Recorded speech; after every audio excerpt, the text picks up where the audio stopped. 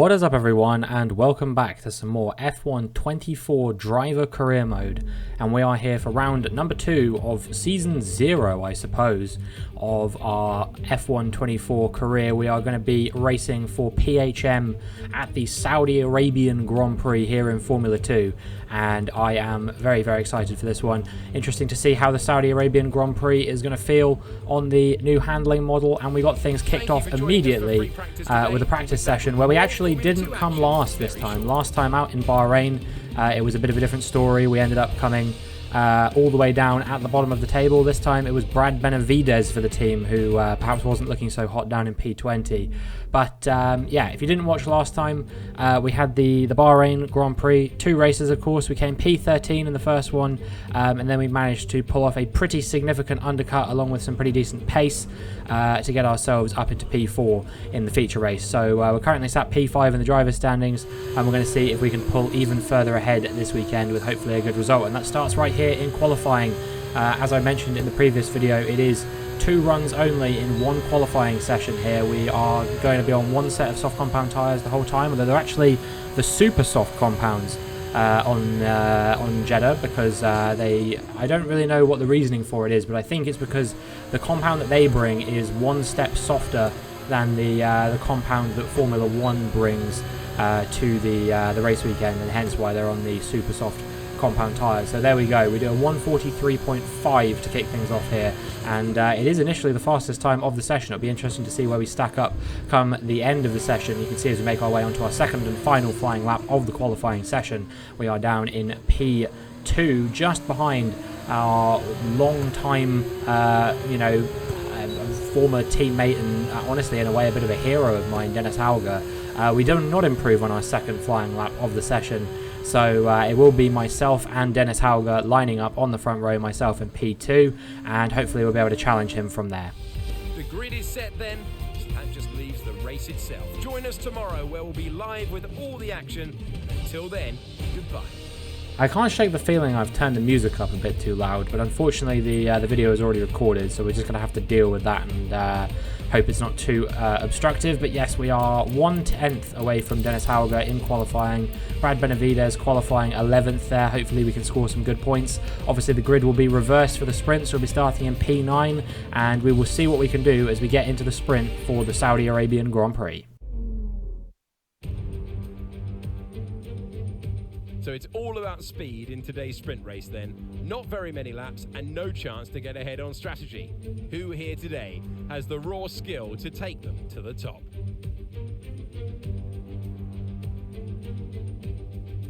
So an interesting circuit, JEDDAH. Like some other street circuits in the Formula 2 calendar, it's likely to present a formidable technical challenge, with a number of challenging turns for our young drivers to master. Plus, it's a hot track, and that high temperature has some big implications for tyre performance that they'll need to keep in mind in order to secure a good result. In the commentary box, I'm Alex Jakes. Alex Brundle is alongside me, and now we've had sprints for years in Formula 2, but with a shorter race, how does that change your driving style? Try to leave reverse in the pit lane if you possibly can. You do not want to be going backwards from the front row of the grid. This is the moment where some drivers are able to snatch points they won't be able to later on. Okay, here we go. I know what you can do. Don't let me down. So, as aforementioned in the previous video, only the top 8 drivers score points in the sprint. So we have gone all the way from P2 in qualifying, and with the top 10 being reversed here, we are now out of the points completely. So we're going to need a very strong race here if we want to score good points. I don't know who it is lining up on pole position, but obviously Dennis Hauger is just behind me, and we'll have to get ahead of last race's I believe pole sitter and podium finisher Ayumu Iwasa, and it will be interesting to see how we can contend with him. Only 10 laps around this circuit for this first race. We will see what we can do and whether we can get ourselves into the points as the lights come on. and the lights go out. As we switch to the replay camera here, we're going to see what kind of getaway we can get here, and already you can see that we're diving quite heavily to the inside here. We're going to try and dive up the inside of some cars if we can, but I think we've stayed in P9 there. Dennis Hauger has gone backwards a little bit, and it's actually Brad Benavides who's made his way up into P10. Meanwhile, it is Ayumu Iwasa and Enzo Fittipaldi who are battling away just in front of me, and the two Red Bull back drivers, who by the way drive for different teams, they are going to be going wheel to wheel all the way through Sector 1 here, holding each other up a treat, holding me and everyone behind us up a treat, and I'm going to have to try and get ahead of these guys very, very quickly if I want any hope of scoring points in this race. So we are going to now put some pressure, I believe that is on Fittipaldi on our inside, Ayumu Iwasa on our outside. Can we get ahead of both of them? Yes, we can, as we dive up the inside of Ayumu Iwasa, but he's actually going to fight us back through the following corners, and now we're going to be wheel to wheel, holding each other up, and hopefully I'll be able to get ahead at the next braking zone. We're going to try and outbrake him if we can. Who's going to come out ahead of the corner? It's going to be me. We're up into P7, I believe this is, and now we're going to try and hunt down Kushmaini, another podium finisher from the last race. He got the podium in the sprint in Bahrain, of course, and he's put himself in a solid position here once again by getting himself into P6, and we'll see whether he can progress any further throughout this race. But I will be quite desperate to close that gap to Kushmaini very quickly if I can. I'm going to have to hope there's a bit more battling out in front if we're going to have basically any hope of that happening, because unfortunately Ayumu Iwasa is right on our tail. Obviously the DRS, I don't believe, gets enabled until lap 3, which is a little bit of a development oversight in this game. It's not anything massive, of course, it's just a small thing, but in Formula 2 in 2023 the DRS was enabled on lap 2. It was a change they made one lap earlier than they made in Formula 1, which obviously that change has now been made in Formula 1 as well, but it should be reflected here in F2 2023 as well. So yeah, as we make our way onto lap number 3 now, you can see we are pretty close to Kushmaini here, and we're going to see if we can try and go for a move on him. We had so much speed through this particular straight. I don't know what the reason for that was, but we very nearly actually managed to make the overtake work, and very nearly get ahead of the Campos driver there, but unfortunately we just weren't quite close enough to make that move happen, and we're going to have to stay in P7 for the time being. But we'll see if we can close him down as we make our way through the ensuing laps in the race. Meanwhile, Jack Doohan just ahead of him. I tell you what, it is so disorientating, I suppose, seeing all these drivers who I'm used to seeing in my F1 My Team career mode from the previous season, now seeing them on the F2 grid and racing alongside them, knowing they won't be in F1 when we get there, of course. And yeah, as you can see there, we do have another in-race objective, our first of this session. It is going to be to try and get ahead of Kushmaini before lap 7, and if I take turns like that, you would have to imagine it's going to be a little while before I'm going to be able to do that. But still, somehow we just have a bit more pace through this section, through this DRS zone, and the bit leading up to the DRS zone than the cars in front. I can't really put my finger on why it is, but we've just about managed, I think, to get ahead of Kushmaini here. By the time we get to the end of the corner, we are a full car length ahead, and now we're going to try and close down Jack Doohan in the Invicta Virtuosi car. I'm going to try and not refer to Doohan, Fittipaldi and Hauger as my former teammates too much. Of course, they were all drivers I drove alongside in the F1 driver, or the F1 My Team career of last year's game. So that's the reasoning for that, for those of you who are curious, but I'll try not to refer to them as that too much.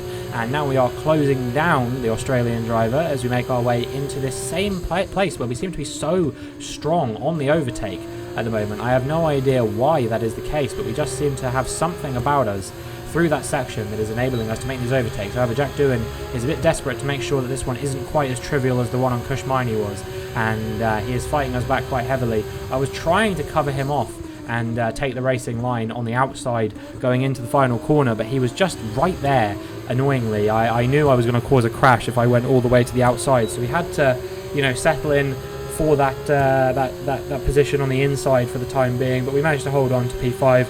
Nonetheless, I don't think Jack Doohan is going to be quite close enough to go for a move here. And you can see there's a big battle going on out in front. It is Vishor, Hajar and Vesti, the top three at the moment. Jahan Deruvala as well is right here, and we'll see if we can get ahead of him as quick as possible. But make our way onto lap 7 now, and you can see we still haven't done it actually. And we've been set another in-race objective. They want us to burn a certain amount of fuel before the end of lap number 8. I don't know if that's going to happen.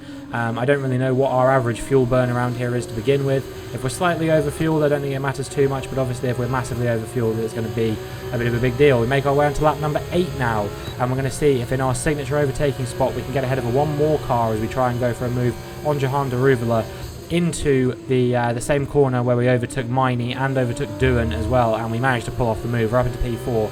We've got 2 more laps now to try and get ourselves onto this podium. Do I think I can win this sprint race? No, it doesn't really seem feasible to get ahead of 3 cars in the space of 2 laps. However, I do think I could very easily clear Frederick Vesti and maybe get us up into that podium position. Our first podium in Formula 2 this would be if this was the case, and if we miss out on it, then we'll have had 2 very, very close shaves. A P4 in the feature race in Bahrain, of course.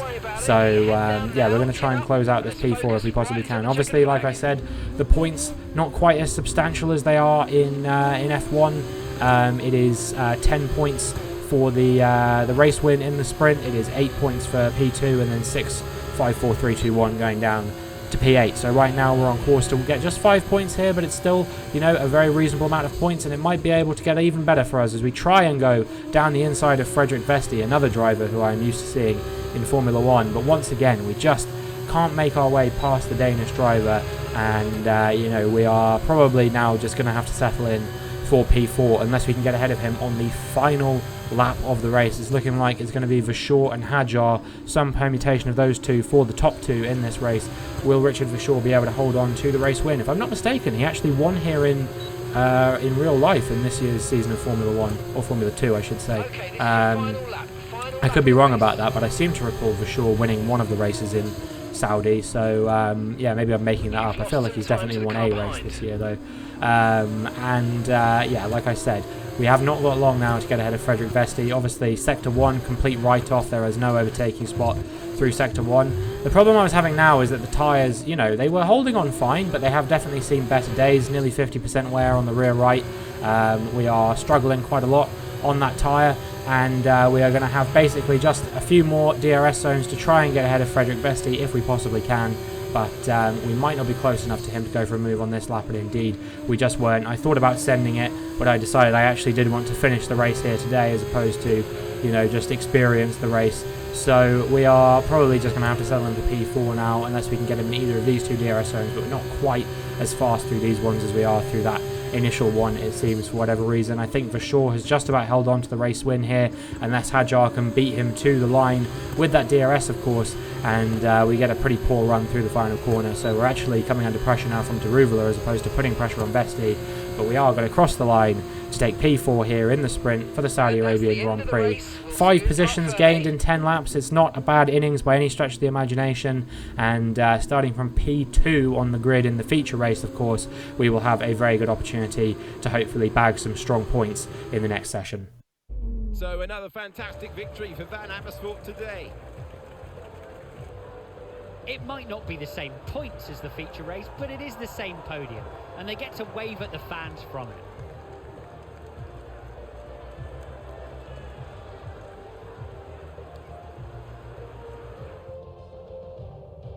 And it's time now for the podium celebrations, and how well deserved is this one?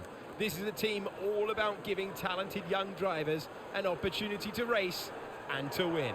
Van Amersfoort are your winners here today. Yep, so it is a win for Richard Vachour. Isaac Hadjar and Frederick Vesti complete the podium, and I believe that makes Richard Vachour the first double podium finisher of the season.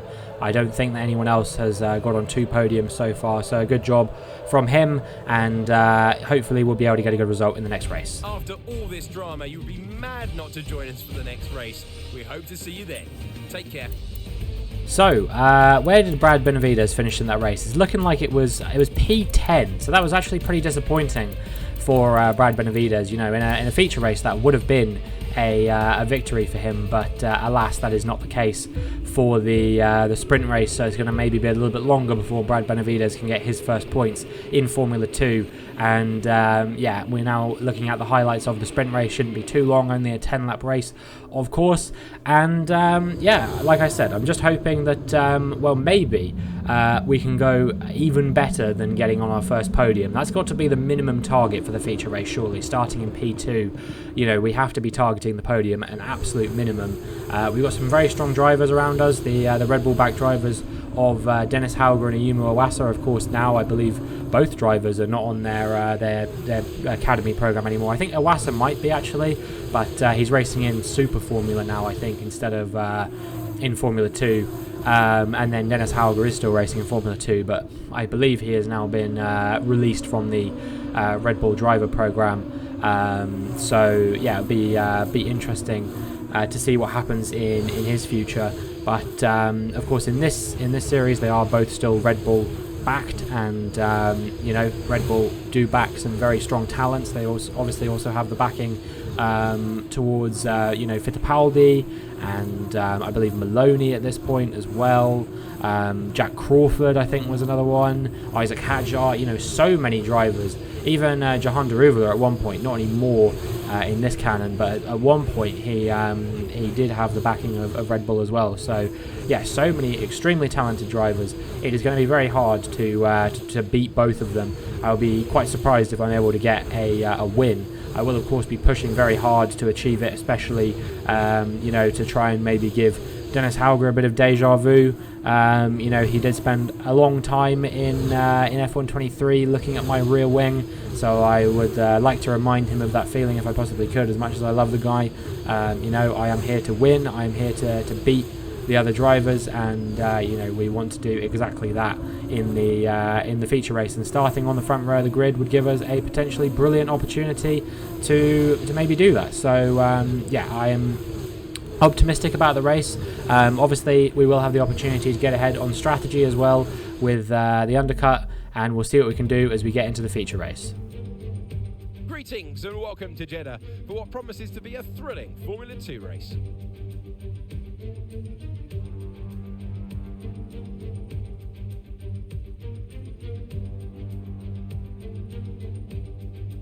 So let's examine the Jeddah Street circuit. As you can see, this has the potential to be a very challenging track for our young F2 drivers. We'll get a good chance to see which of them have been able to best capitalise on their time spent here in practice earlier this weekend. Unlike the other street circuits on the calendar, the lack of runoff is going to make sections of this track very punishing if the drivers get it wrong. Let's hope we avoid having to bring out the safety car this time around. Let's take a look at the grid positions for today's race. A fantastic effort from Dennis Hauger yesterday puts him on pole position, and Robinson completes the front row. Looking down the rest of the grid, we have Iwasa, Miney, Enzo Fittipaldi, Doohan, Daruvula, Vesti, Hadjar, Richard Verschoor, Benavides, Behrman, Arthur Leclerc, Roman Stanek, Crawford, Martins, Pourchaire, Juan Manuel Correa, Novalak, Boschon, Maloney, and Amory Cordial completes the grid. Now it's almost time to lights out, so let's get down to the track. It is the Formula 2 race. It is time to introduce you to Alex Brundle. I'm Alex Jakes, and we've got changeable weather out there today. That's making for some nervous team personnel down in the paddock, down in the pit lane. There are going to be some quivering hands on the tyre guns, aren't there, when they tighten up what could easily be the wrong specification of tyre completely for the conditions. It's a gamble out there. Well, I have absolutely no idea what they're talking about with regards to these weather conditions, because let me tell you, it is going to be dry for the whole race. Yes, we will be changing tyres at one point, but I don't think the strategy will be incorrect. And if it's wet in Formula 2. There's no such thing as the intermediate tyre in Formula 2. You either change to the wet tyre or you don't change tyres at all. Those are your only options. You know, only 3 compounds of tyres. It is the softer compound, the harder compound, and the wet tyre, and that is the only compounds that you get in Formula 2. So the strategies are fairly straightforward all of the time usually. It is just a case of, you know, you go from the softer tyre to the harder tyre or vice versa. Those do actually tend to create for some quite interesting strategy battles in Formula 2. You'll see people starting on the harder compound tyres and then trying to close down the cars in front after they come out behind them, you know, try and get ahead of them on pace if they possibly can. But will we be able to get our first victory in Formula 2 as the lights come on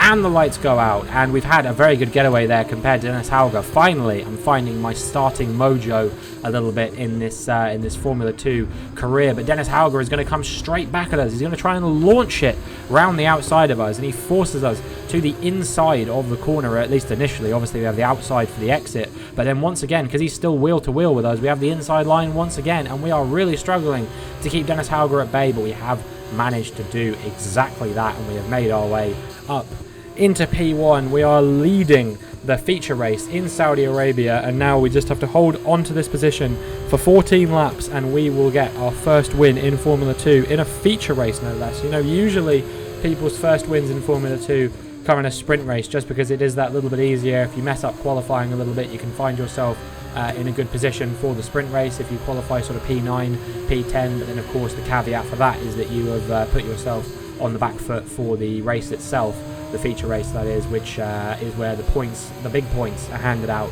So yeah, we made our way nicely into P1, but we'll see. Dennis Hauger is still right on our tail. It does seem like he's cleared Ayumu Iwasa quite nicely there, and there's going to be a big battle over P3 by the looks of things. But myself and Hauger seem to have broken away from the riffraff a little bit here, and hopefully we'll be able to continue doing that. You know, obviously I'd like to see Dennis Hauger be the third most successful person in Formula 2 after myself and Brad Benavides. Obviously it's not quite happening for Benavides at the moment yet to score any points this season, but you know, we are not exactly you know, flying away with the championship just yet.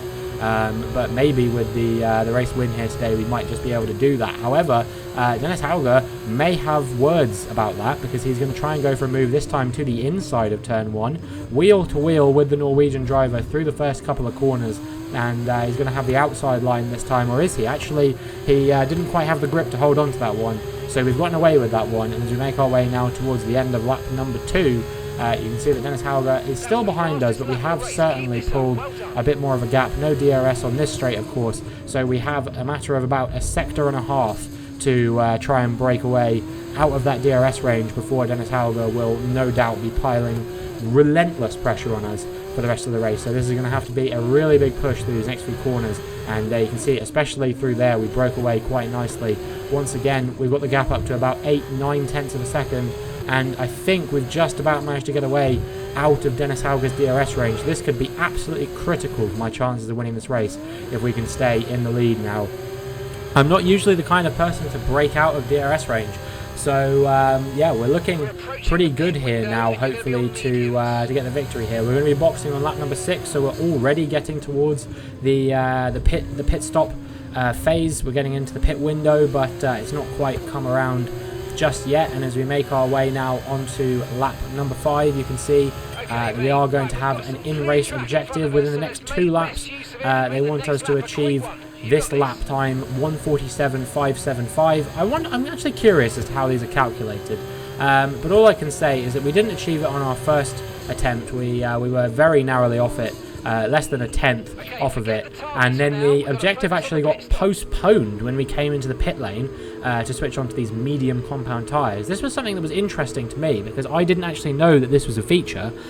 You know, I think it's a pretty cool system that you can't just fail or pass an objective. It actually does take into account, assumedly, you know, maybe if there's a safety car or if there's a red flag as well. I imagine that the objectives will be postponed as well then. I don't know, well, I do now obviously, but I didn't know at the time whether the objectives that were postponed would then be brought up later and kind of said, oh, you know, we were gunning for this thing earlier, let's try and do that again or something like that. But we make our way around to the end of lap number 7 now. You can see that there are some cars coming into the pits. Dennis Hauger is one of them, so now we can see how good the quote-unquote undercut we're going for here is going to be. Obviously, this one isn't quite so much of an undercut as the previous one, because we actually were already leading the race, but we did manage to pull another second or so on Dennis Hauger, and he's actually now, as we make our way into lap number 9, he's made his way down into P3. Kush Miney has gotten ahead of him, but this in-race objective was a bit confusing to me, because as you can see on my MFD, we don't have any front wing damage. I can confirm I didn't use a flashback or anything to like undo front wing damage that I got at any point during this race, so it's not even like a glitch on that regard or anything like that. It is you know, just a thing that they've said, please don't damage your front wing, which you know, a bit confusing, because I wouldn't suggest there was any precedent to ask me to do that. But either way, we hit the target. We make our way onto lap number 12 now, with only 3 races to go. We're 3 seconds ahead of a Yumu Awasa, who currently occupies that P2 position, battling hard and fiercely with Dennis Hauger. And as we make our way towards the end of lap number 13 and the start of lap number 14, we are on to the final lap of the race. The battling between Hauger and Awasa has been very, very, you know, intense, and as a result of that, that has allowed me to, you know, really start to break away. It's a bit of a 3-way fight over this P2 between Awasa, Hauger and Maney, and then the rest of the cars behind are all in a bit of a train, leading back from Vesti, who, you know, given that he finished P3 in the sprint as well, he's on for big points here this weekend. But I think, regardless of what happens now, we're probably going to hold on to this victory unless, you know, we make any big mistakes towards the end of the race. And I have to say, this one was a very straightforward sprint race. I was very, very happy with this. You know, I said sprint race, it is feature race, of course. Very straightforward feature race. So I was pretty happy we managed to break out of that DRS range early. It set us up nicely for the remainder of the race, and we just managed it super well. Came into the pits at the right time to extend our advantage over the cars behind, and we never really looked back from that point. We just kind of kept going, kept trying to meet the objectives as best we could. We met the one that didn't get postponed, so that was nice. And well, a win here will no doubt provide a great boost to our racing. So as we come on the run to the line, we're going to cross it to take P1 in the Saudi Arabian Grand Prix, our first race win in Formula 2, and the first of at least a fair few, I hope. You know, still 24 races left to go in this season, still plenty of opportunities for us to get more race wins, and maybe this will be the start of an amazing legacy for us. A great win there for PHM by Charouz today. Alex, it's so hard when you've had a mental knock to recover and take victory like that, especially at this level. Brilliant stuff.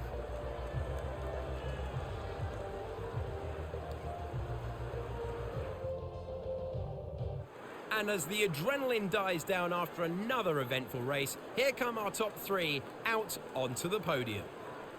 So it will be myself taking P1. I do kind of agree with what they say about taking a mental knock, because obviously, you know, that first sprint race where I finished in P13, it was a bit of a reality check for me. But as we start to get to grips more with the car and the handling and the physics and everything, things are starting to come good for us. Iwasa is the second member of the double podium finisher club, and my boy Dennis Hauger completes the rostrum in P3. Very happy for him.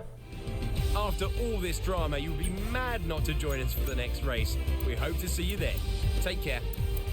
Well, it's a big 31 points for us this weekend, including 25 in the feature race. Brad Benavides could only manage 15th in the feature race, unfortunately for him, so it's not been a particularly good result for him. But it's an even worse result there for Victor Martins, you saw, who came 21st in the feature race, having won the opening race. We currently now lead the Drivers' Championship after that victory, after, you know, some fairly solid, consistent points finishes, and we're only 2 points off in the Constructors' Championship as well. So, yeah, things started to look up for us a little bit. You know, I initially, early days, I was a little bit worried, I must admit, that things were not going to go well for us in this championship, that we were going to really be riding the struggle bus a little bit. But, you know, things now starting to look a bit more optimistic. There definitely is, you know, cause for some optimism, for some hope as we make our way into the next race now in Australia. You know, that is another circuit where I historically have not always been so brilliant around there. I did win one race there in F1 23, but I definitely had some stinkers around there at times as well. So, yeah, it really is anyone's guess as to whether that race is going to go well for me or not. But you know, as long as I can continue getting good consistent points finishes, as long as I can continue challenging up the sharp end of the grid, that is what I really fundamentally care about more than anything else. And yeah, it'd be nice to see Brad Benavidez get some good results as well. But you know, I will be interested to see what my rating is going to be after this, because I'll be interested to see the sort of effects that my performance has on the rating system in F2. I know I've seen people will go up by, you know, a few rating points over the course of an F2 season, but yeah, I will be curious to see how high we can actually push it over the course of doing a full F2 season, as opposed to just, you know, a short F2 season. So I guess the optimal way to do it, right, would be to play on 100%, because I know that you gain certain statistics by playing on 100% race distance, and you know, being able to you know, do more overtakes and things like that you might be able to do in a 50% race. But that is gaming the system a little bit. Maybe it scales based on the difficulty you're in, I don't know. But either way, here we go. Here it is, the crackdown on what our rating is going to be like. Our racecraft is boosted to 69, nice. Our awareness has gone up to 66. Our pace is 70, and our focus to 61, which is going to take us up to 68 rating overall. So yeah, we are slowly making ourselves look a little bit better. You can see the breakdown on why we got all of the things we did. I'm not going to talk through all of this in detail. Obviously, you can pause the video and read it for yourself if you really care fundamentally about all of these things. But overall, the takeaway from this is that it was a good weekend for us, and it's reflecting nicely on us for our chances of getting into Formula 1 and hopefully one day, you know, lifting a Drivers' Championship trophy. But that is going to be it for this video. So if you enjoyed, please make sure you like and subscribe, and hopefully I will see you in the next one.